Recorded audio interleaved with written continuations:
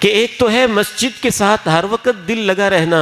یہ تو بڑی ہی فضیلت کی بات ہے، لیکن کسی کا ہر وقت دل نہیں بھی لٹکا رہتا، لیکن فرض نمازوں کے لیے وہ مسجد میں آتا ہے،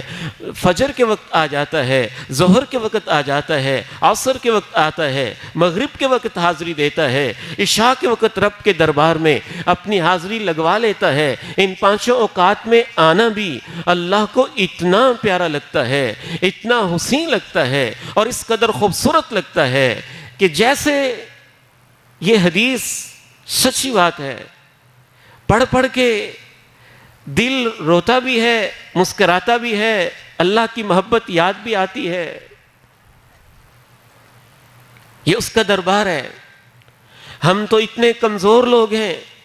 کہ انسانوں میں سے جس کو کوئی مقام مل جائے اس سے ملاقات مشکل ہو جاتی ہے اور اس کا دروازہ کھلوانا مشکل ہو جاتا ہے اور اس کے پاس حاضری دینا مشکل ہو جاتا ہے، لیکن رب تعالی اتنا کریم ہے اور اتنا عظیم ہے اور اتنا رحیم ہے، اتنا مہربان ہے اور اپنے بندوں سے اتنی محبت کرنے والا ہے کہ جو شخص اس کے گھر میں آتا ہے صرف یہی نہیں کہ اس کے لیے دروازے کھلے رکھتا ہے، وہ زانی بھی ہو اس کے لیے بھی کھلے ہوئے ہیں، اس نے کوئی نشہ بھی کیا ہے اس کے لیے بھی کھلے ہوئے ہیں، اس سے کوئی برائی بھی ہو گئی ہے اس کے لیے بھی کھلے ہوئے ہیں۔ اللہ کریم ہے، اللہ عظیم ہے، اللہ رحمان ہے، پھر بھی جب وہ مسجد کی طرف آ رہا ہے تب وہ نیکی کے لیے آ رہا ہے۔ اگر آپ اس کو اور نگاہ سے دیکھتے ہیں تو یہ آپ کا مسئلہ ہے، میرا رب اور طرح سے دیکھتا ہے، اس کی رحمت اور طرح کی ہے، اس کی محبت اور طرح کی ہے۔ یہ آپ کا چھوٹا سا ظرف ہے کہ آپ اس کو اس کی برائیاں گنواتے ہیں،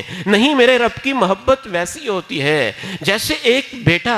برا بھی ہو جائے لیکن باپ تو باپ ہوتا ہے، وہ اس کو بیٹے کی نگاہ سے ہی دیکھتا ہے نا۔ کسی ماں کا بیٹا بدکاری کے اوپر بھی مبتلا ہو جائے لیکن ماں تو ماں ہوتی ہے، اس کے دل کے اندر تو اپنے بیٹے کے لیے پھر بھی وہی محبت ہوتی ہے نا کہ بیٹا تو میرا ہی ہے، جیسا بھی گناہگار ہے لیکن میرا بیٹا تو لگتا ہے۔ امام کائنات ارشاد فرماتے ہیں کہ جب بندہ اللہ کے گھر کی طرف آتا ہے، جس وقت وہ اپنے گھر سے باہر قدم رکھتا ہے مسجد میں آنے کے لیے، تبشبش اللہ الیہ، پوری محبت کے ساتھ اللہ اس کے استقبال میں ہوتے ہیں۔ کیسے؟ کما یتبشبش اہل الغائب بطلعتہ